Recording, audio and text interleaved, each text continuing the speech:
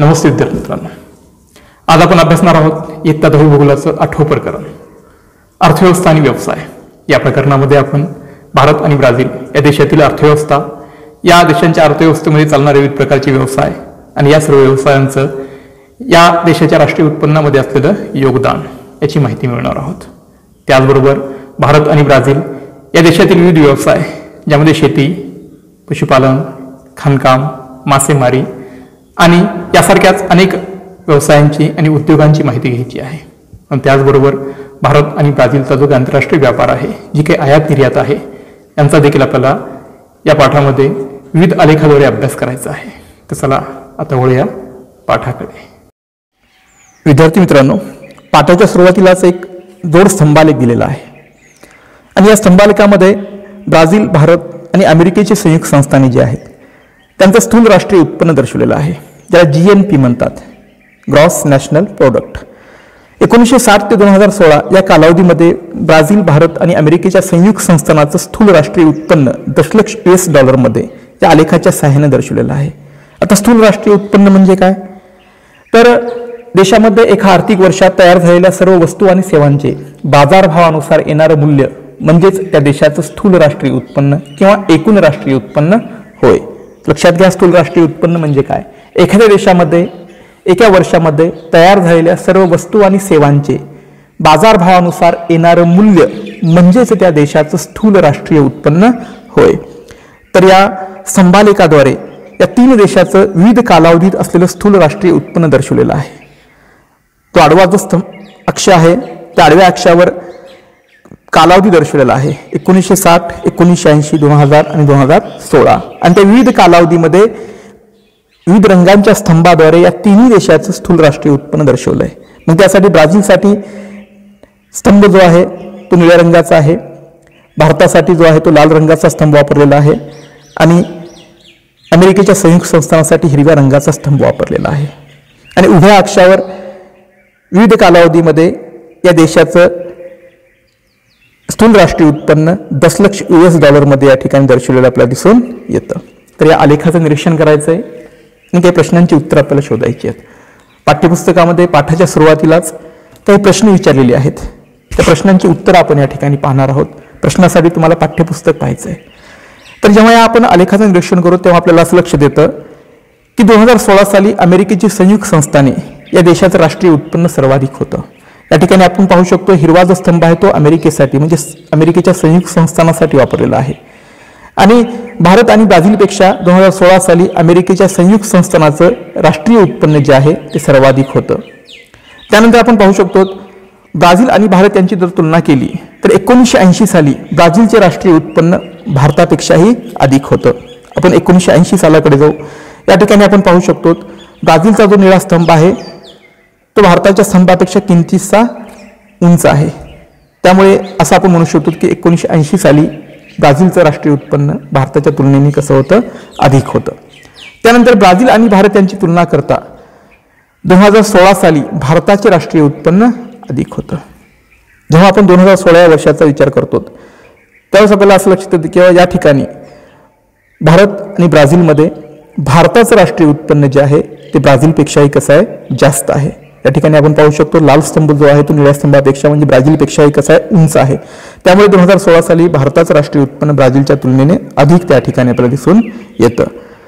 2016 साली भारत व ब्राझील या देशामधील स्थूल राष्ट्रीय उत्पन्नातील फरक 10 दशलक्ष US इतका होता। 2016 साली भारताचं स्थूल राष्ट्रीय उत्पन्न जे होतं ते 200 दशलक्ष US होतं। कारण हा स्तंभ आपण या ठिकाणी पाहू शकतो, तो दाखवतोय की भारताचं राष्ट्रीय उत्पन्न 2016 साली 200 दशलक्ष US होतं आणि ब्राझीलचं जे आहे ते होतं 190 दशलक्ष US।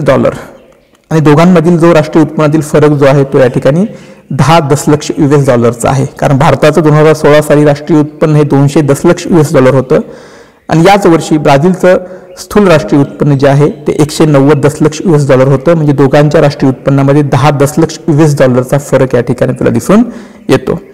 त्यानंतर 2016 मध्ये जी काही विकसित राष्ट्रे आहेत त्या विकसित राष्ट्राचं राष्ट्रीय उत्पन्न जे आहे ते विकसनशील राष्ट्रांपेक्षा कसं होतं, जास्त होतं। कारण या 2016च्या स्तंभामध्ये आपण पाहू शकतो सर्वात मोठा सर्वात उंच स्तंभ जो आहे तो अमेरिकेच्या संयुक्त संस्थानाचा आहे. त्यानंतर भारत आणि त्यानंतर निळा जो स्तंभ आहे तो ब्राझीलचा आहे. यामध्ये अमेरिका हा विकसित देश आहे आणि ब्राझील आणि भारत हे विकसनशील देश आहेत. तर विकसित देश म्हणजे अमेरिकेच्या संयुक्त संस्थानाचं स्थूल राष्ट्रीय उत्पन्न जे आहे ते ब्राझील आणि भारतापेक्षाही जास्त होतं. तर हा जो फरक आहे सुमारे 1680 ते 1690 दशलक्ष US$ इतका होता.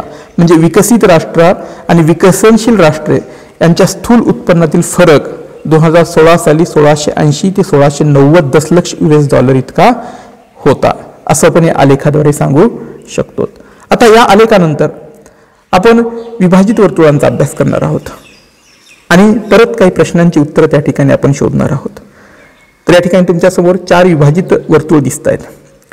तर त्या 4 विभाजित वर्तुळामध्ये पहिली जी 2 विभाजित वर्तुळ आहेत त्यामध्ये दर्शवलंय ब्राझील आणि भारत या देशाच्या स्थूल अंतर्देशीय उत्पादनामध्ये व्यवसाय निहाय योगदान.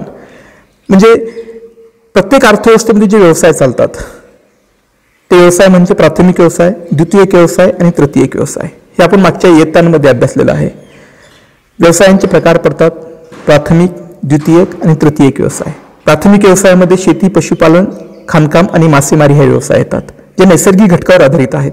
द्वितीयक व्यवसायामध्ये वस्तुनिर्मिती उद्योग किंवा उद्योगधंद्यांचा समावेश होतो आणि तृतीयक व्यवसाय ज्यामध्ये सेवा व्यवसायांचा समावेश होतो, ज्यामध्ये वाहतूक आहे, संदेशवहन आहे, शिक्षण आहे, आरोग्य आहे, विमा, बँक या सर्व सेवांचा समावेश जो आहे तृतीयक व्यवसायामध्ये येतो. तर भारत आणि ब्राझीलच्या स्थूल अंतर्देशीय उत्पादनामध्ये विविध व्यवसायांचं योगदान किती आहे? आता स्थूल अंतर्देशीय उत्पादन म्हणजे काय? तर एका वर्षाच्या काळात देशाच्या सीमेअंतर्गत उत्पादित झालेल्या सर्व अंतिम वस्तू व सेवा यांच्या मूल्यांची बेरीज म्हणजेच स्थूल देशांतर्गत किंवा स्थूल अंतर्देशीय उत्पादन होय. म्हणजे एखाद्या देशामध्ये एका वर्षाच्या काळात ज्या काही वस्तू आणि सेवांचं उत्पादन होतं त्या वस्तू आणि सेवांचं मूल्य म्हणजेच त्या देशाचं स्थूल अंतर्देशीय उत्पादन होय. अंतर्देशीय म्हणजे देशाच्या सीमेच्या अंतर्गत. तर या ठिकाणी पहिल्या 2 विभाजित वर्तुळामध्ये ब्राझील आणि भारत या देशाच्या स्थूल अंतर्देशीय उत्पादनामध्ये विविध व्यवसायांचं योगदान किती आहे हे दर्शवलेलं आहे. त्यासाठी मग प्राथमिक व्यवसायासाठी निळा रंग वापरलेला आहे जो या ठिकाणी दर्शवलेला आहे. द्वितीयक व्यवसायासाठी लाल रंग वापरलेला आहे आणि हा जो तिसरा रंग जो आहे तो तृतीयक व्यवसायासाठी या ठिकाणी आपल्याला दिसून येतो.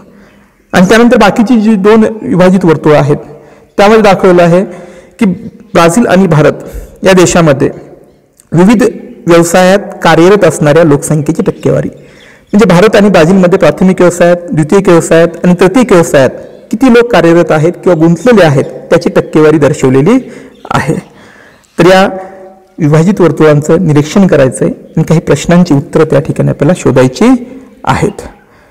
तर पहिला प्रश्न आहे प्राथमिक व्यवसायामध्ये गुंतलेल्या लोकसंख्येची टक्केवारी कोणत्या देशात जास्त आहे?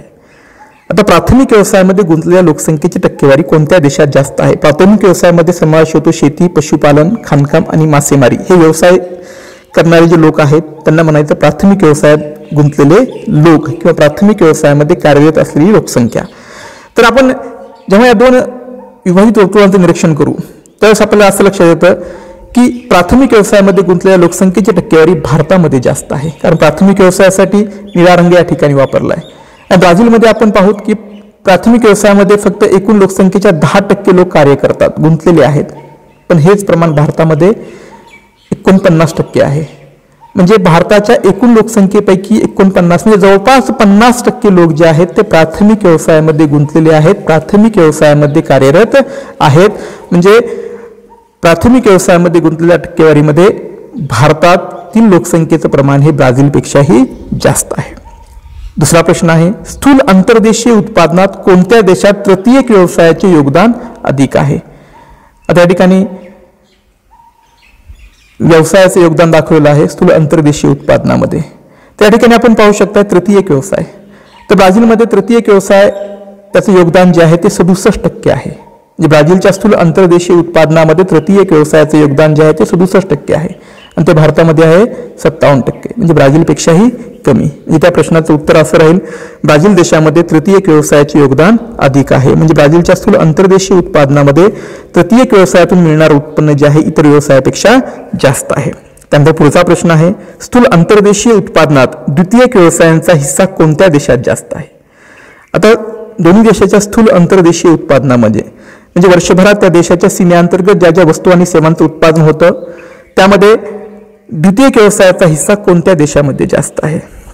तर या ठिकाणी आपण पाहू शकतो द्वितीयक व्यवसायासाठी हा लाल रंग वापरला आहे. या ठिकाणी ब्राझीलच्या स्थूल अंतर्देशीय उत्पादनामध्ये द्वितीयक व्यवसायाचा वाटा किंवा योगदान जे आहे ते 28% आहे आणि तेच भारताचं या ठिकाणी 26% आहे. त्यामुळे स्थूल अंतर्देशीय उत्पादनामध्ये द्वितीयक व्यवसायाचा हिस्सा ब्राझील देशामध्ये जास्त आहे.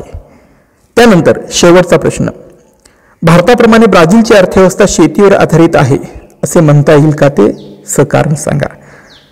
आता ज्या प्रकारे भारताची अर्थव्यवस्था ही शेतीवर आधारित आहे तशीच ब्राझीलची अर्थव्यवस्था शेतीवर आधारित आहे असे म्हणता येईल का? ते सकारण सांगायचं आहे. तर असे म्हणता येणार नाही. भारताची अर्थव्यवस्था शेतीवर आधारित आहे पण ब्राझीलची अर्थव्यवस्था शेतीवर आधारित नाही. कारण ब्राझीलच्या एकूण लोकसंख्येपैकी फक्त 10% लोक जे आहेत ते प्राथमिक व्यवसायामध्ये गुंतलेले आहेत, म्हणजे शेती व्यवसायामध्ये गुंतलेले आहेत. तर भारतामध्ये एकूण लोकसंख्येच्या जवळपास 49% लोक जे आहेत ते अप्रत्यक्षपणे शेती किंवा प्राथमिक व्यवसायामध्ये गुंतलेले आहेत. म्हणजे प्राथमिक व्यवसायामध्ये शेती व्यवसायामध्ये गुंतलेल्या लोकसंख्येची टक्केवारी भारतात ही जास्त आहे, ब्राझीलमध्ये ती एकदम कमी आहे. त्यानंतर आपण जेव्हा स्थूल अंतर्देशीय उत्पादनाचा विचार करतो त्यावेळेस आपण पाहू शकतो की ब्राझीलचं जे काही स्थूल अंतर्देशीय उत्पादन आहे त्यामध्ये प्राथमिक व्यवसाय म्हणजे शेतीतून येणारं योगदान जे आहे ते फक्त 5% आहे आणि तेच भारताचं 17% आहे. त्यामुळे भारत हा शेतीवर आधारित देश आहे. भारताची अर्थव्यवस्था शेतीवर आधारित आहे पण ब्राझीलची अर्थव्यवस्था ही शेतीवर आधारित नाही. कारण ब्राझीलमध्ये प्राथमिक व्यवसायापेक्षा शेती व्यवसायापेक्षा द्वितीयक आणि तृतीयक व्यवसायामध्ये गुंतलेल्या लोकसंख्येची टक्केवारी जास्त आहे आणि ब्राझीलच्या स्थूल अंतर्देशीय उत्पादनामध्ये द्वितीयक आणि तृतीयक व्यवसायांचा वाटा जो आहे तो जास्त आढळून येतो. त्यानंतर आता आपण पाठाच्या पुढल्या भागामध्ये पाहणार आहोत की भारताचं राष्ट्रीय उत्पन्न ब्राझीलच्या तुलनेने जास्त असले तरी लोकसंख्या जास्त असल्याने भारतातील दरडोई उत्पन्न ब्राझीलच्या तुलनेत कमी आहे. आता आपण पाहिले की मागच्या आलेखामध्ये 2016 साली भारताचं राष्ट्रीय उत्पन्न हे ब्राझीलच्या तुलनेने जास्त आहे. पण जेव्हा दोन्ही देशातील दरडोई उत्पन्नाचा आपण विचार करू, दरडोई उत्पन्न ज्यावेळेस स्थूल राष्ट्रीय उत्पन्नाची विभागणी देशाच्या लोकसंख्येनुसार केली जाते त्यावेळेस त्या देशाचं दरडोई उत्पन्न मिळतं, प्रति व्यक्ती उत्पन्न मिळतं. तर जरी भारताचं राष्ट्रीय उत्पन्न ब्राझीलच्या तुलनेने जास्त जरी असलं तरी भारताचं दरडोई उत्पन्न जे आहे ते ब्राझीलच्या तुलनेत कमी आहे. त्याचं कारण आहे भारताची असलेली प्रचंड लोकसंख्या. भारताचं राष्ट्रीय उत्पन्न ब्राझीलपेक्षा जास्त आहे पण प्रचंड लोकसंख्या असल्यामुळे भारतात दरडोई उत्पन्न जे आहे ते ब्राझीलपेक्षा कमी येतं. त्यानंतर ब्राझीलची अर्थव्यवस्था आणि भारताची अर्थव्यवस्था या मिश्र स्वरूपाच्या अर्थव्यवस्था आहेत आणि दोन्ही देशांच्या अर्थव्यवस्था या विकसनशील अर्थव्यवस्था आहेत. ब्राझील हा देश जगामध्ये खाणकाम, शेती आणि वस्तू निर्माण उद्योगामध्ये अग्रेसर म्हणून ओळखला जातो. त्याचबरोबर ब्राझीलमध्ये तृतीयक व्यवसाय म्हणजे सेवा व्यवसायामध्येही प्रचंड वाढ झालेली आहे. त्याचबरोबर भारतामध्ये देखील द्वितीयक व्यवसाय म्हणजेच वस्तू निर्मिती उद्योग आणि सेवा व्यवसायाचा विकास होत आहे. तरी भारतामध्ये शेती हा प्रमुख व्यवसाय म्हणून ओळखला जातो. आणि जेव्हा आपण भारत, ब्राझील आणि अमेरिकेच्या संयुक्त संस्थानाच्या दरडोई उत्पन्नाची तुलना करतो त्यावेळेस आपल्याला असं लक्षात येतं की भारत आणि ब्राझीलपेक्षाही अमेरिकेच्या संयुक्त संस्थानाचं दरडोई उत्पन्न जे आहे ते जास्त आहे. त्या ठिकाणी तुमच्यासमोर एक तक्ता दिलेला आहे. त्या तक्त्यामध्ये 1960 ते 2016 या कालावधीतील दरडोई उत्पन्न दर्शवलंय $मध्ये. तर या तक्त्याचं आपण निरीक्षण केल्यावर आपल्याला असं लक्षात येईल की अमेरिकेच्या संयुक्त संस्थानाचं दरडोई उत्पन्न जे आहे ते प्रचंड आहे, ते ब्राझील आणि भारतापेक्षाही कित्येक पटीने जास्त आहे. आणि जेव्हा आपण ब्राझील आणि भारत या दोन देशाची तुलना करतो तेव्हा असं लक्षात येतं की ब्राझीलचं दरडोई उत्पन्न जे आहे ते भारतापेक्षा जास्त आहे हे आपल्याला या ठिकाणी लक्षात येतं. आता अमेरिकेची संयुक्त संस्थाने जे आहे त्यांचं दरडोई उत्पन्न भारत आणि ब्राझीलपेक्षा जास्त आहे. त्याची कारणं या ठिकाणी आपण पाहणार आहोत. कारण सर्वात महत्त्वाचं आहे, अमेरिका हा एक विकसित देश आहे आणि त्यांच्या तुलनेत ब्राझील आणि भारत हे विकसनशील देश आहेत. तर अमेरिकेची संयुक्त संस्थान हा विकसित देश आहे. त्याचबरोबर अमेरिकेची लोकसंख्या जरी जास्त असली तरी ती भारतापेक्षा खूप कमी आहे आणि अमेरिकेच्या लोकसंख्येमध्ये साक्षरतेचं प्रमाण जास्त आहे. त्याचबरोबर या देशाकडे अनेक स्वामित्व हक्क आहेत, म्हणजे पेटंट आहेत. तंत्रज्ञानाच्या दृष्टीने, नवीन शोधाच्या दृष्टीने अमेरिका हा सतत अग्रेसर राहिलेला आहे आणि विविध शोधांचे, विविध उत्पादनांचे त्यांच्याकडे स्वामित्व हक्क आहेत, पेटंट आहेत. त्यानंतर अमेरिकेकडे आधुनिक तंत्रज्ञान, यांत्रिक बळाचे सामर्थ्य आहे. तर या सर्व कारणामुळे अमेरिका म्हणजे अमेरिकेची संयुक्त संस्थाने, ज्याला आपण USA असं म्हणतो, त्याचं राष्ट्रीय उत्पन्न जे आहे ब्राझील आणि भारतापेक्षाही खूप जास्त या ठिकाणी आहे. आपण उदाहरण दाखल पाहू शकतो. 1960 साली ब्राझीलचं ब्राझीलचं दरडोई उत्पन्न जे आहे ते $240 होतं आणि त्याच कालावधीमध्ये भारताचं दरडोई उत्पन्न जे आहे म्हणजे प्रति व्यक्ती उत्पन्न जे आहे ते $90 होतं आणि त्याच कालावधीमध्ये अमेरिकेच्या संयुक्त संस्थानाचं दरडोई उत्पन्न जे आहे 3250 होतं. म्हणजे सर्वात जास्त दरडोई उत्पन्न अमेरिकेचं आहे, त्यानंतर ब्राझील आणि त्यानंतर सर्वात कमी भारत. कारण भारताची प्रचंड लोकसंख्या त्याचं एक कारण आहे. भारताचं राष्ट्रीय उत्पन्न कित्येक देशांपेक्षा कित्येक पटीने जास्त आहे, पण भारताची लोकसंख्या ही प्रचंड असल्यामुळे दरडोई उत्पन्न त्या ठिकाणी कमी. तीच आकडेवारी आपण 2016 मध्ये पाहू शकतो. दरडोई उत्पन्नामध्ये प्रचंड तफावत या ठिकाणी आपल्याला दिसून येईल. यावरून असंही सांगू शकतो की विकसित जे देश आहेत अमेरिकेसारखे, त्यांचं दरडोई उत्पन्न जे आहे ते विकसनशील देशापेक्षा कित्येक पटीनं जास्त त्या ठिकाणी आढळून येतं. त्यानंतर आपल्याला व्यवसायांचा अभ्यास करायचा आहे. आता आपण पाहिलं की भारताचं दरडोई उत्पन्न जे आहे ते ब्राझीलपेक्षा कमी आहे आणि जेव्हा आपण स्थूल राष्ट्रीय उत्पन्नाचा विचार करतो तेव्हा मात्र असं दिसतंय की ब्राझीलचं जे काही स्थूल राष्ट्रीय उत्पन्न आहे त्यापेक्षा भारताचं उत्पन्न जास्त आहे, पण लोकसंख्या जास्त असल्यामुळे भारताचं राष्ट्रीय उत्पन्न जास्त जरी असलं तरी दरडोई उत्पन्न कमी येतं. तरी देखील भारत आणि ब्राझील हे विकसनशील देश आहेत.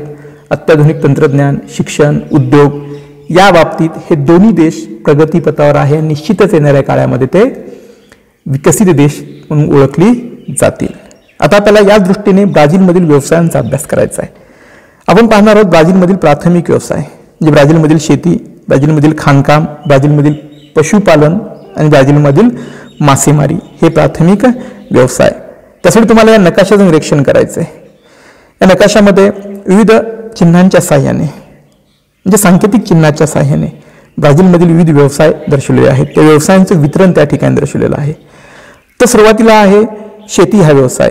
तर या ठिकाणी सूचीमध्ये तुम्ही पाहू शकता ब्राझीलमध्ये जी काही शेती केली जाते, जी काही पिकं घेतली जातात त्या पिकांसाठी त्या ठिकाणी सांकेतिक चिन्ह वापरलेली आहेत आणि त्या सांकेतिक चिन्हानुसारच ब्राझीलमध्ये त्या पिकांचं वितरण त्या ठिकाणी दर्शवलेले आहे. त्याच पद्धतीने ब्राझीलमधील खनिज आणि ब्राझीलमधील पशुपालन व मासेमारी व्यवसाय या नकाशाच्या साह्याने या ठिकाणी दर्शवलेला आहे. आता या नकाशाचं निरीक्षण करायचं आहे आणि नकाशाचं निरीक्षण करून या ठिकाणी काही माहिती आपल्याला मिळवायची आहे. तर सुरुवातीला आपण पाहणार आहोत ब्राझीलमधील शेती. तर ब्राझीलची जी उच्चभूमी आहे आणि ब्राझीलचा किनारी प्रदेश आहे त्या ठिकाणी शेती हा व्यवसाय विकसित झाला आहे. या ठिकाणी पाहू शकतो ब्राझीलची उच्चभूमी, म्हणजे ब्राझीलच्या उच्चभूमीचा हा जो भाग आहे हा उच्चभूमीचा भाग आणि ब्राझीलचा हा पूर्ण किनारी जो प्रदेश आहे या किनारी प्रदेशामध्ये शेती व्यवसायाचा विकास झाला. या ठिकाणी चांगल्या प्रकारची शेती केली जाते कारण शेतीसाठी अनुकूल हवामान या प्रदेशामध्ये आहे. येथील भूरचना जी आहे ती शेतीसाठी एकदम योग्य आहे. येथील हवामान जे आहे विविध पिकांसाठी योग्य आहे. त्यामुळे ब्राझीलची उच्चभूमी आणि किनारी प्रदेशामध्ये शेती हा व्यवसाय चांगल्या प्रकारे केला जातो. आता ब्राझीलमध्ये कोणकोणती पिकं घेतली जातात? तर ब्राझीलमध्ये अन्नधान्य पिकामध्ये म्हणजे खाद्यान्न पिकामध्ये प्रमुख पिकं आहेत भात आणि मका. या ठिकाणी आपण पाहू शकतो ब्राझीलचा जो मध्य भाग आहे म्हणजे पारा या राज्यामध्ये मक्याचं उत्पादन मोठ्या प्रमाणामध्ये घेतलं जातं. मक्यासाठी कोणतं सांकेतिक चिन्ह वापरलं या ठिकाणी तुम्ही सूचीमध्ये पाहू शकताय. त्याचबरोबर ब्राझीलचा जो उत्तर किनारी भाग आहे या किनारी भागामध्ये मोठ्या प्रमाणामध्ये भाताचं पीक घेतलं जातं आणि भात आणि मका ही ब्राझीलमधील प्रमुख खाद्यान्न पिकं आहेत, अन्नधान्य पिकं आहेत. या पिकाबरोबर ब्राझीलमध्ये नगदी पिकांचं देखील उत्पादन घेतलं जातं, त्यांची लागवड केली जाते, ज्यामध्ये कॉफी, सोयाबीन, काकाओ म्हणजेच कोको, रबर आणि ऊस ही नगदी पिकं घेतली जातात. आणि ब्राझील हा देश कॉफी आणि सोयाबीनच्या निर्यातीत जगामध्ये अग्रेसर आहे. ब्राझीलमध्ये कॉफीचं उत्पादन जे आहे मिनास जिराईस आणि साओ पावलो या राज्यात घेतलं जातं. या ठिकाणी साओ पावलो राज्य आणि त्याच्यावर मिनास जिराईस या दोन राज्यामध्ये खूप मोठ्या प्रमाणामध्ये कॉफीचं उत्पादन घेतलं जातं. कॉफीसाठी सांकेतिक चिन्ह या ठिकाणी वापरलेलं आहे. त्या दोन राज्यामध्ये आपल्याला दिसून येतं. म्हणजे या ठिकाणी कॉफीचं उत्पादन मोठ्या प्रमाणात घेतलं जातं, कारण हा जो किनारी भाग आहे त्या ठिकाणी कॉफीच्या उत्पादनासाठी योग्य अशी जमीन, योग्य असा हवामान आणि सर्व सुविधा उपलब्ध आहेत. त्यामुळे या राज्यांमध्ये कॉफीची लागवड खूप मोठ्या प्रमाणामध्ये केली जाते. आता या अन्नधान्य नगदी पिकाबरोबर ब्राझीलमध्ये फलोत्पादन देखील होतं, ज्यामध्ये केळी, अननस, संत्री व लिंबूवर्गीय फळाचं उत्पादन घेतलं जातं.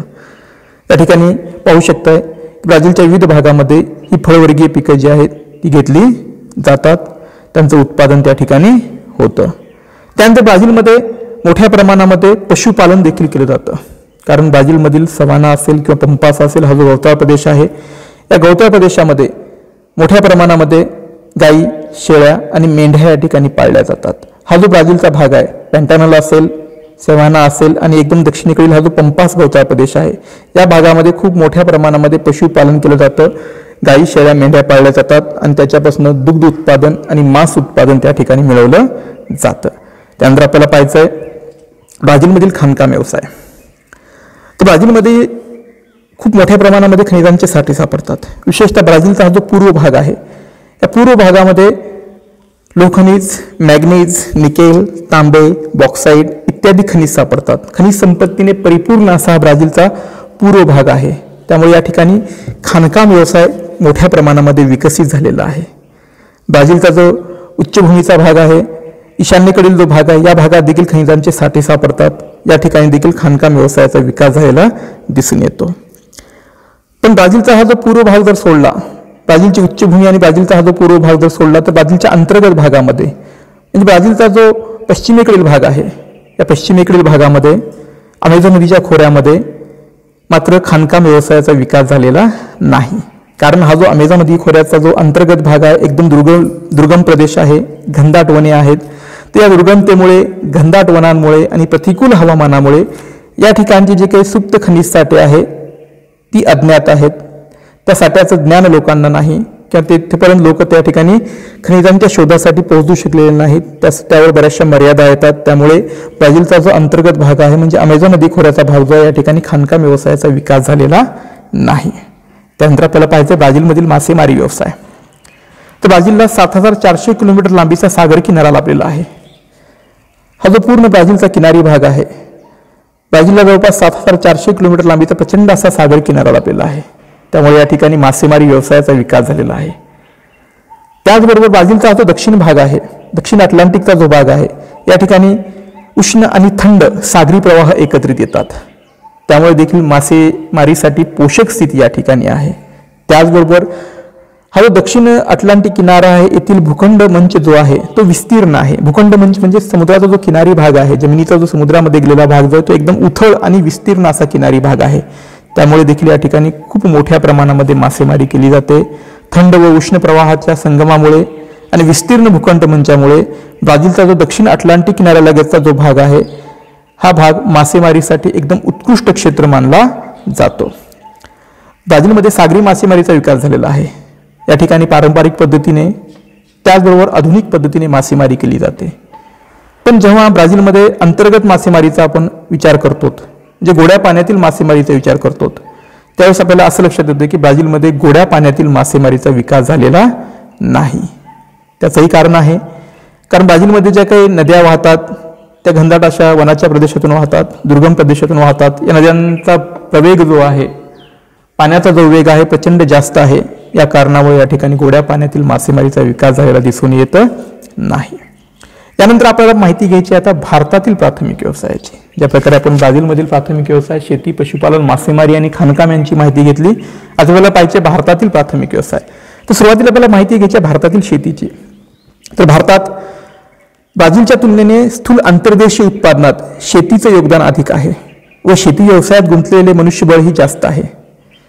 जेव्हा आपण ब्राझील आणि भारताच्या स्थूल अंतर्देशीय उत्पादनाचा विचार करतो त्यावेळेस भारताच्या स्थूल अंतर्देशीय उत्पादनामध्ये शेतीचं योगदान अधिक आहे आणि भारतामध्ये जी काही एकूण लोकसंख्या आहे त्या एकूण लोकसंख्येपैकी जास्तीत जास्त लोकसंख्या ही शेती व्यवसायामध्ये गुंतलेली आहे. जवळपास 49% लोक जे आहेत भारतातील हे शेती व्यवसायामध्ये प्रत्यक्ष गुंतलेले आहेत. त्यामुळे भारत हा कृषीप्रधान देश म्हणून ओळखला जातो. भारताच्या एकूण भूमीपैकी 60% भूमी जी आहे ती लागवडीखाली आहे. म्हणजे भारताच्या एकूण भूमीच्या 60% भागावर शेती केली जाते, लागवड केली जाते आणि सर्वात जास्त लोकसंख्या शेती व्यवसायात कार्यरत असलेली दिसून येते. आता भारताच्या एकूण भूमीपैकी 60% भूमी लागवडीखाली आहे. मग त्याची कारणं काय आहेत? कारण भारताला विस्तीर्ण अशी मैदानं लाभलेली आहेत, जी सुपीक मैदानं आहेत. भारताचा प्रचंड भाग जो आहे सुपीक मैदानांनी व्यापलेला आहे. त्याचबरोबर भारतातील हवामान जे आहे अनुकूल हवामान आहे. शेतीसाठी विविध पिकांसाठी दीर्घ कालावधीचं अनुकूल असं हवामान आहे आणि भारतामध्ये हवामानात वैविध्यही आढळतं. त्यामुळे भारताच्या विविध प्रदेशामध्ये विविध प्रकारची पिकं या ठिकाणी घेतली जातात. त्यामुळे भारतामध्ये खूप मोठ्या प्रमाणामध्ये शेती व्यवसायाचा विकास झालेला आहे किंवा भारतीय अर्थव्यवस्था ही शेतीवर अवलंबून आहे. आता भारतात जी शेती केली जाते ही मुख्यतः निर्वाह प्रकारची शेती आहे. उदरनिर्वाहासाठी शेती या ठिकाणी मोठ्या प्रमाणात केली जाते. आता भारतातील प्रमुख पिकांची माहिती घेऊ तर भारतातील प्रमुख खाद्यान्न पिकं अन्नधान्य पिकं आहेत भात, गहू, ज्वारी, बाजरी आणि मका. त्यानंतर भारतामध्ये नगदी पिकांचं देखील उत्पादन घेतलं जातं, ज्यामध्ये चहा, ऊस, कॉफी, कापूस, रबर, ताग इत्यादी देखील नगदी पिकांचं उत्पादन त्यांची लागवड केली जाते. त्याचवेळी भारतामध्ये विविध प्रकारची फळं आणि मसाल्यांची पिकं आणि भाजीपाला देखील पिकवला जातो. त्यानंतर आपण पाहणार आहोत भारतातील मासेमारी. तर भारताची अर्थव्यवस्था जी आहे की भारताच्या अर्थव्यवस्थेमध्ये मासेमारी व्यवसायाला प्रचंड मोठं स्थान आहे. मासेमारीचा विकास भारतामध्ये झालेला आहे कारण भारताला जवळपास 7,500 किलोमीटर लांबीचा सागरी किनारा लाभलेला आहे. त्याचबरोबर भारताच्या अंतर्गत भागात ज्या काही नद्या आहेत, कालवे आहेत, जलाशय आहेत, तलाव आहेत इत्यादीमध्ये खूप मोठ्या प्रमाणामध्ये गोड्या पाण्यातील मासेमारी केली जाते. आता भारतामध्ये मत्स्य व्यवसायाचा विकास झालेला आहे कारण मत्स्य व्यवसाय भारतासाठी खूप उपयोगी आहे.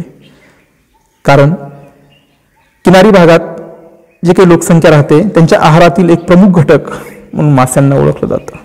त्याचबरोबर मत्स्य व्यवसायातून भारतातील लोकांना प्रचंड मोठ्या प्रमाणामध्ये रोजगार निर्मिती होते. माशाच्या आहारातनं लोकांचा पोषण स्तर वाढतो आणि याच मासेमारीतून भारताला प्रचंड मोठ्या प्रमाणामध्ये परकीय चलन मिळतं. त्यामुळे भारताच्या अर्थव्यवस्थेमध्ये मत्स्य व्यवसाय हा खूप उपयोगी किंवा महत्त्वाचा व्यवसाय म्हणून ओळखला जातो. भारतात जो काही किनारपट्टीचा भाग आहे विशेषतः महाराष्ट्र असेल, गोवा आहे, कर्नाटक, केरळ, तामिळनाडू, आंध्र प्रदेश, पश्चिम बंगाल, उडीसा या राज्याच्या किनारी भागामध्ये जी काही लोकसंख्या राहते त्या लोकांच्या आहारामध्ये मासे हा महत्त्वाचा घटक आहे. भारतामध्ये 2 प्रकारची मासेमारी केली जाते, ज्यामध्ये सागरी मासेमारी जी समुद्रकिनारी भागामध्ये समुद्रामध्ये केली जाते आणि दुसरी आहे गोड्या पाण्यातील मासेमारी जी अंतर्गत भागातील भारतातील नद्या, कालवे, जलाशय, तलाव आहेत इत्यादीमध्ये केली जाते. तर आपण पाहिलेच की भारताला प्रचंड मोठा 7,500 किलोमीटर लांबीचा सागरी किनारा लाभलेला आहे आणि भारतामध्ये किंवा भारताला मासेमारीतून जे काही एकूण वार्षिक उत्पादन मिळतं त्यात सागरी मासेमारीचा वाटा 40% आहे. म्हणजे भारताचं मासेमारीचं एकूण जे वार्षिक उत्पादन आहे मासेमारी व्यवसायातून मिळणारं त्यातील सागरी मासेमारीचा वाटा 40% आहे. आणि भारतामध्ये जी काही गोड्या पाण्यातील मासेमारी केली जाते तर त्या मासेमारीचं भारताच्या मासेमारीच्या एकूण वार्षिक उत्पादनामध्ये वाटा जो आहे तो 60% या ठिकाणी आहे. म्हणजे भारतामध्ये गोड्या पाण्यातील मासेमारी ही खूप मोठ्या प्रमाणामध्ये केली जाते. त्यानंतर आपल्याला माहिती घ्यायची भारतातील खाणकाम व्यवसायाची.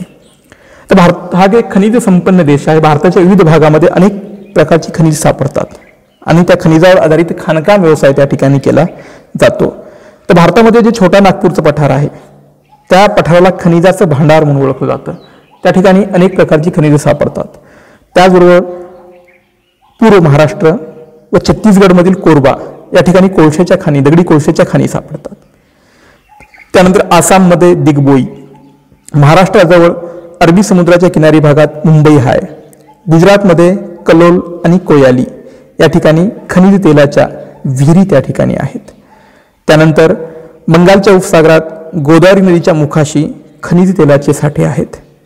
राजस्थानमध्ये संगमरवर दगडांच्या खाणी तर आंध्र प्रदेशात कडप्पा दगडांच्या खाणी आहेत. म्हणजे असे अनेक खनिज भारतामध्ये सापडतात आणि त्या खनिजावर आधारित खाणकाम व्यवसाय त्या प्रदेशामध्ये निर्माण झालेले आपल्याला दिसून येतात.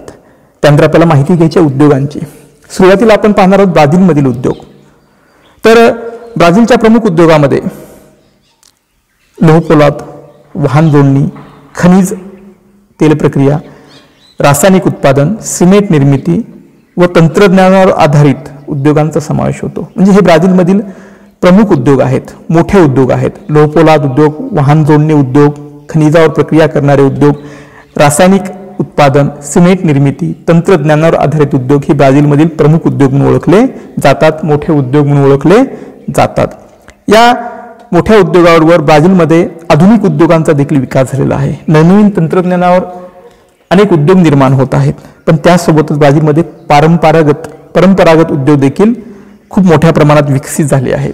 त्यामध्ये साखर उद्योग, सुती कापड उद्योग, रेशीम व लोकर निर्मिती उद्योग, खाद्यान्न प्रक्रिया उद्योग या उद्योगांचा देखील ब्राझीलमध्ये खूप मोठ्या प्रमाणामध्ये विकास झालेला आहे. ब्राझीलमधील उद्योगांचं जर वितरण आपण पाहिलं तर ब्राझीलचा जो दक्षिण व आग्नेय भाग आहे त्या भागातच ब्राझीलमध्ये उद्योगांचं केंद्रीकरण झालंय. म्हणजे ब्राझीलच्या दक्षिण आणि आग्नेय भागामध्येच मोठ्या प्रमाणामध्ये उद्योगधंदे निर्माण झालेले आढळतात, उद्योगांचं केंद्रीकरण किंवा उद्योग विकसित झालेले आढळतात. पण ब्राझीलचा ईशान्य आणि पश्चिमेकडील जो भाग आहे त्या ठिकाणी मात्र उद्योगांचा कमी विकास झालेला आपल्याला आढळून येतो. कारण ब्राझीलचा हा जो पश्चिम भाग आहे हा पश्चिम भाग पूर्णपणे अमेझॉन नदी खोऱ्याच्या जंगलाने व्यापलेला आहे. प्रचंड तापमान, दररोज पडणारा पाऊस, प्रतिकूल हवामान आणि दुर्गमता आणि कमी लोकसंख्या या कारणामुळे या भागामध्ये पश्चिम भागामध्ये उद्योगधंद्यांचा विकास झाला नाही. त्याचबरोबर ब्राझीलचा ईशान्य भाग जो आहे तो अवर्षणग्रस्त प्रदेश आहे. त्या ठिकाणी शेती व्यवसायाचा विकास होत नसल्यामुळे, झालेला नसल्यामुळे त्या ठिकाणी देखील उद्योगांचं प्रमाण कमी आढळतं. पण अलीकडील काळामध्ये ब्राझीलचं जे सरकार आहे ते जास्तीत जास्त उद्योजकांनी, लोकांनी ब्राझीलच्या पश्चिम भागामध्ये उद्योग निर्माण करावेत यासाठी प्रयत्न करत आहे. लोकांना प्रोत्साहन देण्याचं काम या ठिकाणी करत आहे. अशा प्रकारे आपण पाहिले ब्राझीलमधील उद्योग. त्यानंतर आपल्याला पाहायचे भारतामधील उद्योग. पाठ्यपुस्तकामध्ये तुम्ही पाहिलं असेल या ठिकाणी काही बोधचिन्ह दिलेली आहेत, काही लोगो दिलेले आहेत जे भारतातील सार्वजनिक उद्योगाचे आहेत. भारतातील सार्वजनिक उद्योग म्हणजे सरकारी मालकीचे प्रचंड मोठे उद्योग जे आहेत त्यांचे चिन्ह या ठिकाणी दिलेले आहेत.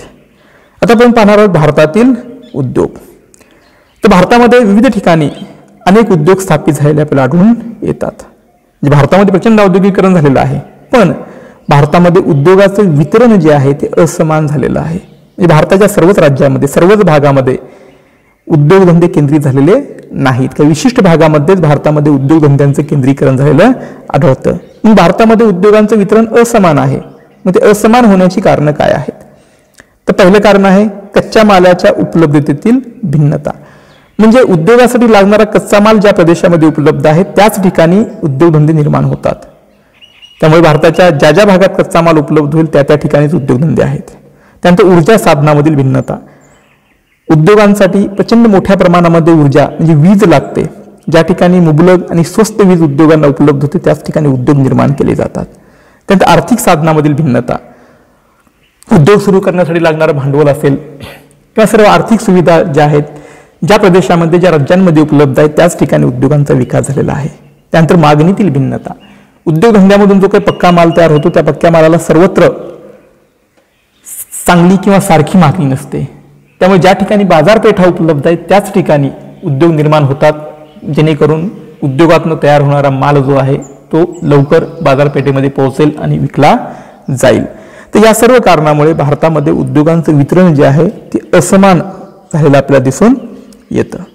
आता भारतातील उद्योगांची माहिती घ्यायची आहे. सुरुवातीला आपण पाहणार आहोत भारतातील धातू उद्योग. तर भारतातील झारखंड, ओडिसा, छत्तीसगड, मध्य प्रदेश, राजस्थान, कर्नाटक, तामिळनाडू या राज्यामध्ये धातू खनिजांचे साठे सापडतात.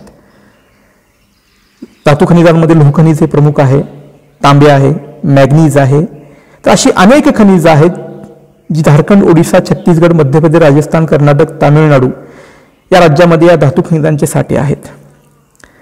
त्यानंतर भारतीय द्वीपकल्पाचा ईशान्य भाग जो आहे त्या ठिकाणी धातू निर्मिती उद्योग निर्माण झालेले आहेत. कारण ज्या ज्या प्रदेशामध्ये धातू खनिजांचे साठे आहेत, धातू खनिज मिळतात त्याच ठिकाणी धातू निर्मिती उद्योग निर्माण झालेले भारतात आढळून येतात. भारताच्या द्वीपकल्पाच्या ईशान्य भागामध्ये लोह पोलाद उद्योग खूप मोठ्या प्रमाणामध्ये केंद्रित झालेले आहेत, कारण त्या ठिकाणी प्रचंड मोठ्या प्रमाणामध्ये लोहखनिज साठे आहेत, दगडी कोळशाचे साठे त्या ठिकाणी सापडतात. त्याचबरोबर दामोदर आणि महानदी खोऱ्यामध्ये असलेले जलविद्युत प्रकल्प, औष्णिक विद्युत प्रकल्प, यातून अशा उद्योगांना अखंडित आणि स्वस्त अशी वीज पुरवठा होत असते. त्यामुळे भारतीय द्वीपकल्पाच्या ईशान्य भागामध्ये खूप मोठ्या प्रमाणामध्ये धातू उद्योगांची निर्मिती झालेली आपल्याला दिसून येते. राजस्थानामध्ये तांबे, शिसे आणि जस्त ही खनिज आढळतात. कर्नाटकामध्ये लोह पोलाद, मॅग्नीज, सोने, ॲल्युमिनियम आणि तामिळनाडूमध्ये ॲल्युमिनियम खनिज उपलब्ध असल्यामुळे या ठिकाणी त्यांच्यावर आधारित धातू उद्योग निर्माण झालेले आपल्याला दिसून येतात. धातू उद्योगाबरोबर भारतामध्ये शेतीवर आधारित उद्योगांचा देखील विकास झालेला आहे. ज्या ज्या ठिकाणी कच्चा माल उपलब्ध आहे त्या त्या ठिकाणी भारतात शेतीवर आधारित उद्योग निर्माण झालेले आहेत. कच्च्या मालाच्या प्रदेशामध्ये कापूस, ताग आणि साखर उद्योगाचं केंद्रीकरण भारतात झालेलं आहे. ज्या ज्या ठिकाणी कापसाचं उत्पादन जास्त होतं, तागाचं उत्पादन जास्त होतं, साखर ऊसाचं उत्पादन जास्त होतं, त्या त्या ठिकाणी अशा प्रकारचे शेतीवर आधारित उद्योग निर्माण झालेले दिसून येतात. आता भारतामध्ये महाराष्ट्र, उत्तर प्रदेशामध्ये ऊस खूप मोठ्या प्रमाणामध्ये लागवड केला जातो. त्यामुळे महाराष्ट्र आणि उत्तर प्रदेशामध्ये साखर उद्योग निर्माण झालेले आहेत. साखर कारखाने प्रचंड मोठ्या प्रमाणामध्ये विकसित झालेले आहेत. पश्चिम बंगाल राज्यामध्ये तागाचं उत्पादन होतं, त्यामुळे त्या ठिकाणी ताग उद्योग निर्माण झालेले आहेत. आणि भारतातील जे काही वन प्रदेश आहेत त्या वन प्रदेशाजवळ वनावर आधारित उद्योग निर्माण झालेले आहेत. जसं की कागद निर्मिती उद्योग, प्लायवूड निर्मिती उद्योग, अगपेट्या कारखाने, राळ आणि लाख तयार करणारे उद्योग, लाकडी वस्तूंची निर्मिती करणारे उद्योग, हे सर्व वन उत्पादनावर आधारित उद्योग जे आहेत भारतातील वन प्रदेशाजवळ, जंगल क्षेत्राजवळ निर्माण झालेले आढळतात. त्याचबरोबर कोकण व केरळचा जो किनारी भाग आहे त्या किनारी भागामध्ये काथ्या तयार करण्याचे उद्योग, काथ्या म्हणजे किनारी भागामध्ये नारळाची लागवड मोठ्या प्रमाणामध्ये होते, तर नारळाच्या केसापासून काथ्या तयार करणे. त्याचबरोबर या किनारी भागामध्ये फळ प्रक्रिया उद्योग आणि मासे प्रक्रिया उद्योग या किनारी भागामध्ये केंद्रित झालेले आपल्याला दिसून येतात. त्यानंतर भारतामध्ये तेल शुद्धीकरण उद्योग देखील निर्माण झालेले आहेत, कारण भारतामध्ये कोयाली, दिग्बोई, नुनमती, बोंगाई गाव या ठिकाणी खनिज तेलाचे साठे आहेत आणि हे खनिज तेल शुद्ध करणारे उद्योग त्या ठिकाणी निर्माण झालेले आढळतात. त्याचबरोबर मथुरा आणि बैरुनी या ठिकाणी देखील तेल शुद्धीकरण उद्योग निर्माण झालेले आहेत. त्यानंतर भारतामध्ये ज्या ज्या ठिकाणी सिमेंट उद्योगासाठी कच्चा माल उपलब्ध असतो त्या त्या ठिकाणी सिमेंट उद्योगांची निर्मिती झालेली आहे. त्यानंतर भारतामध्ये मीठ उद्योग देखील आहेत. गुजरात, राजस्थान व तामिळनाडू ही भारतातील मीठ निर्माण करणारी राज्य म्हणून ओळखली जातात, ज्या ठिकाणी मीठ निर्मिती उद्योग निर्माण झालेले आहेत.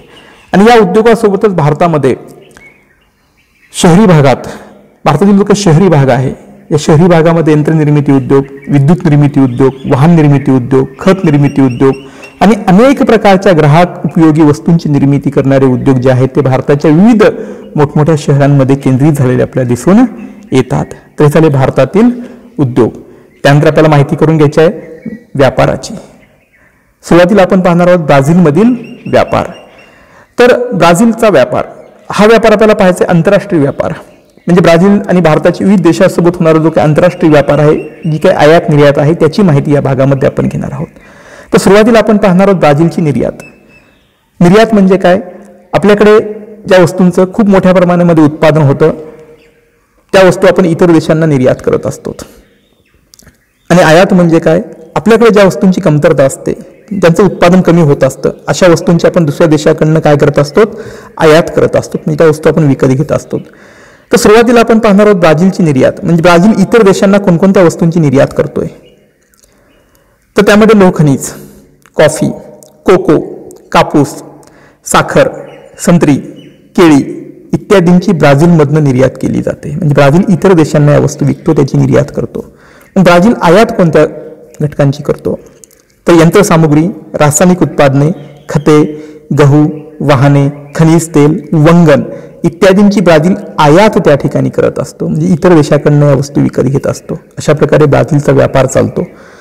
आता ब्राझीलचा हा जो व्यापार आहे, जर्मनी, अमेरिकेची संयुक्त संस्थाने, Canada, Italy, Argentina, Saudi Arabia आणि भारत या देशांशी चालतो.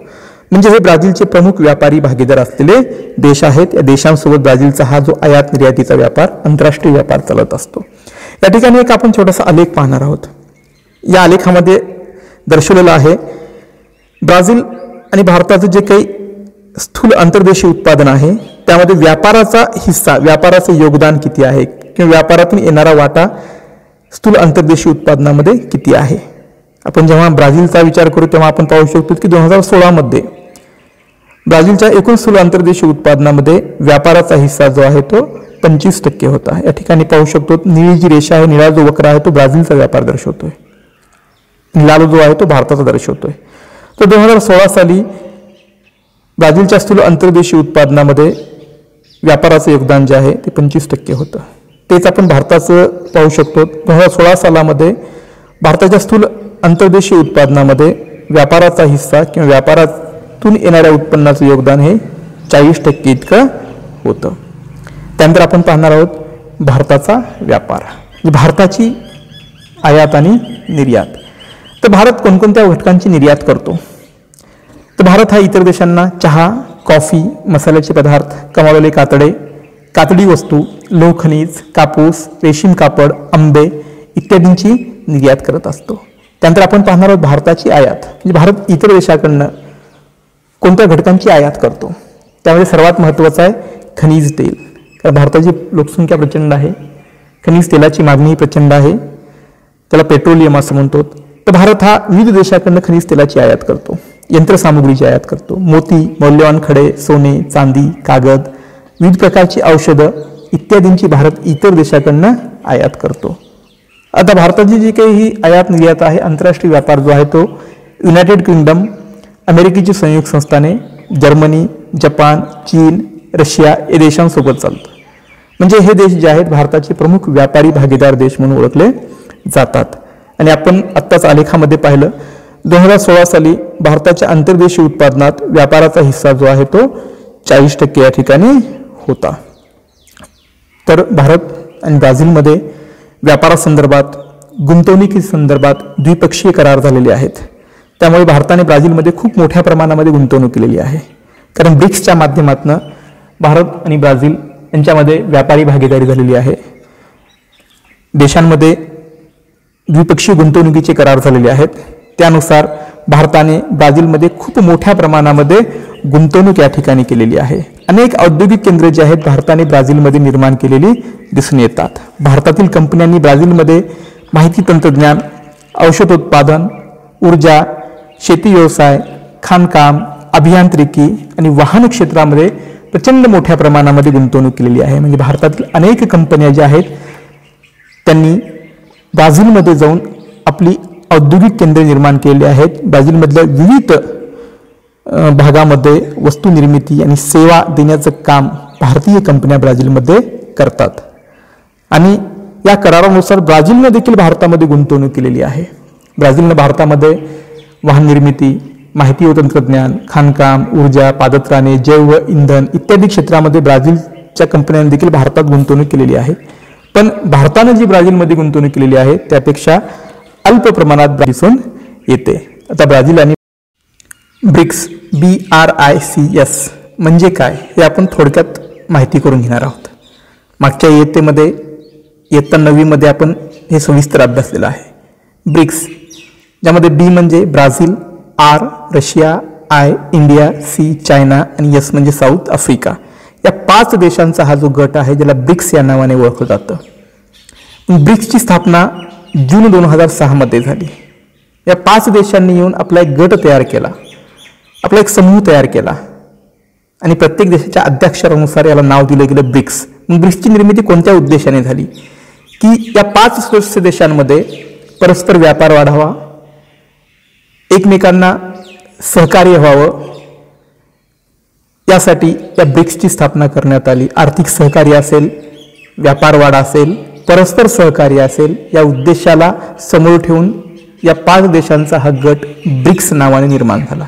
आणि याच ब्रिक्सच्या माध्यमातून ब्राझीलची भारताबरोबर ब्राझीलमध्ये सामरिक भागीदारी सुरू झालेली आहे. सामरिक म्हणजे लष्करासंदर्भात, सुरक्षेच्या संदर्भात जे काही तंत्रज्ञान आहे ते एकमेकांना पुरवण्यासाठीची भागीदारी या ब्रिक्सच्या माध्यमातून भारत आणि ब्राझीलमध्ये झालेली आहे. त्याचबरोबर या ब्रिक्सच्या माध्यमातूनच भारत आणि ब्राझीलमध्ये द्विपक्षीय गुंतवणूक करार झालेले आहेत आणि या द्विपक्षीय गुंतवणूक करारानुसारच भारताने ब्राझीलमध्ये आपली औद्योगिक केंद्र निर्माण केलेली आहेत. आता आपण एक पाठाच्या शेवटी आलेख पाहणार आहोत आणि या आलेखाच्या साहाय्यानं भारत आणि ब्राझीलची आयात निर्यात जाणून घेणार आहोत.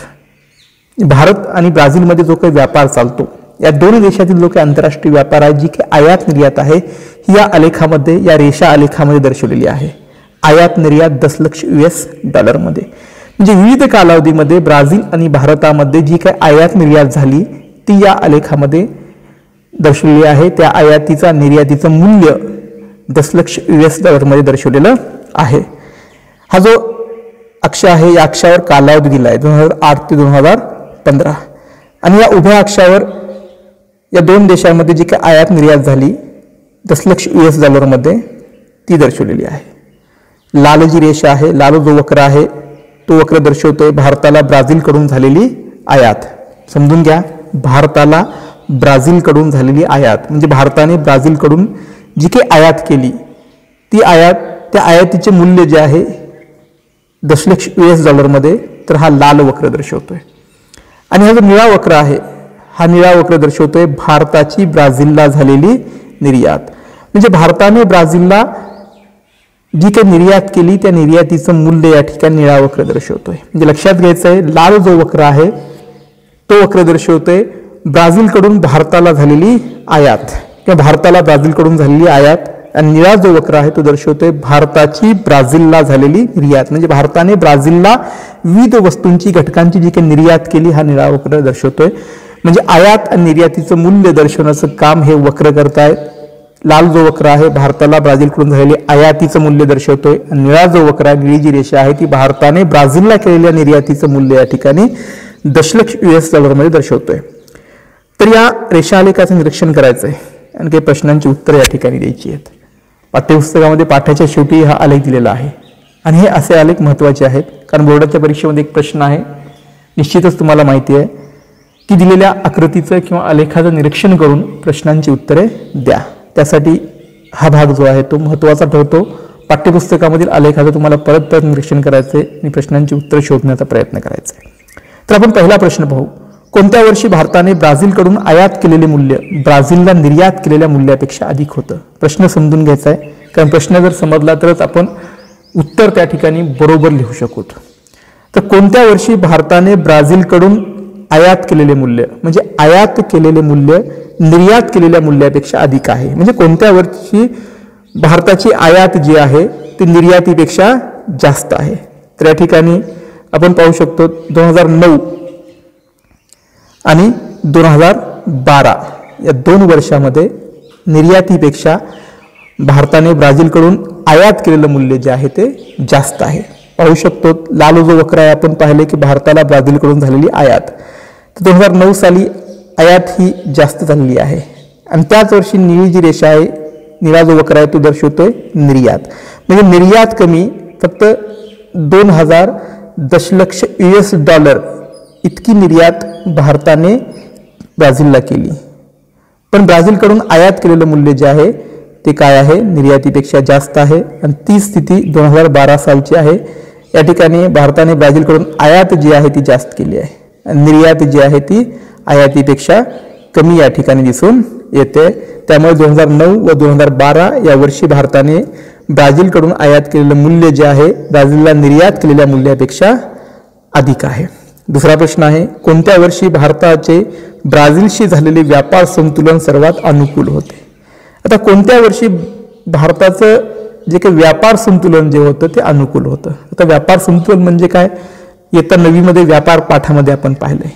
आंतरराष्ट्रीय व्यापारामध्ये आयात निर्यात हे महत्त्वाचे घटक असतात आणि जेव्हा निर्यातीपेक्षा आयात जास्त असते ते व्यापार संतुलन जे आहे त्याला प्रतिकूल म्हणायचं.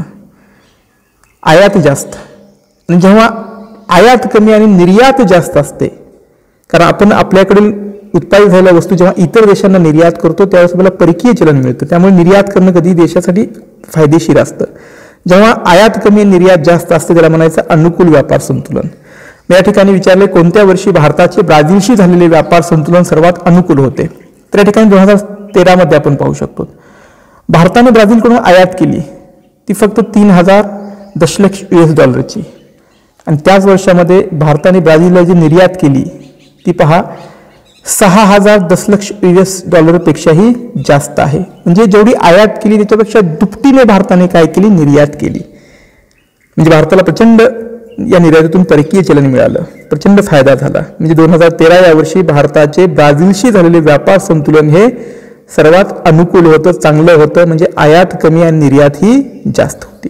त्यानंतर तिसरा प्रश्न आहे 2013 साली झालेल्या व्यापार संतुलनाबाबत भाष्य करा. हेच 2013 साली जे काही व्यापार संतुलन होतं अनुकूल व्यापार संतुलन, आयात कमी आणि निर्यात प्रचंड जास्त. तर 2013 या वर्षी भारताच्या ब्राझीलशी संबंधित निर्यात मूल्यातील व आयात मूल्यातील तफावत सर्वाधिक होती. म्हणजे निर्यातीचं मूल्य आणि आयातीचं मूल्य याच्यामध्ये तफावत खूप होती. म्हणजे आयात खूप कमी आणि निर्यात त्याच्यापेक्षा जास्त. आणि ही तफावत जी आहे आयात निर्यातीमधील त्यांच्या मूल्यातील ही भारताचं अनुकूल व्यापार संतुलन दाखवते. ब्राझील सोबत अनुकूल म्हणजे आयात कमी निर्यात जास्त हे अनुकूल व्यापार संतुलन दर्शवतं. त्यानंतर शेवटचा प्रश्न आहे ब्राझील आणि भारत यांच्या व्यापारी संबंधाबाबत टीप लिहा. भारत आणि ब्राझील जे काही व्यापारी संबंध आहेत त्याबद्दल या आलेखाचं निरीक्षण करून टीप लिहायचे. तर या ठिकाणी पहिला मुद्दा असा लिहिता येईल की दोघांच्या व्यापारी संबंधात चढ उतार आढळतात. या ठिकाणी आपण सुरुवातीपासून पाहू शकतो 2008 आयात ही भारताने ब्राझीलकडून किती केली 1000 दशलक्ष US$ची. तर 2009 मध्ये ही आयात किती वाढली, त्यानंतर पुढे थोडीशी वाढली, पुन्हा कमी झाली, पुन्हा ही आयात वाढली, पुन्हा आयात कमी झाली. आणि निर्याती बाबतीत हेच आहे. सुरुवातीला निर्यात 2009 साली 2008 साली वाढली, पुन्हा कमी झाली, पुन्हा वाढली, पुन्हा वाढली, पुन्हा कमी झाली. म्हणजे दोघांच्या व्यापारी संबंधामध्ये सतत चढ उतार त्या ठिकाणी दिसून येतात. कुठेही सारख्या प्रमाणात आयात किंवा सारख्या प्रमाणात निर्यात विविध कालावधीमध्ये दिसून येत नाही. व्यापारी संबंधामध्ये चढ उतार म्हणजे आयात निर्यातीमध्ये सतत चढ उतार दिसून येतात. त्यानंतर 2013 पासून भारताच्या निर्यातीचे मूल्य आयातीपेक्षा जास्त आहे. आणि विशेष 2013 पासून भारताने जी काही ब्राझीलला निर्यात केली ती ब्राझीलकडून झालेल्या आयातीपेक्षा जास्त आहे. इथं पाहू शकतो 2013 साली हा निळा जो वक्र आहे तो लाल वक्रापेक्षा वर दिसतोय. म्हणजे 2013 पासून भारताची ब्राझीलला होत असलेली निर्यात वाढली आहे. या ठिकाणी 2013 असेल 2014 असेल म्हणजे निर्यात वाढली आहे.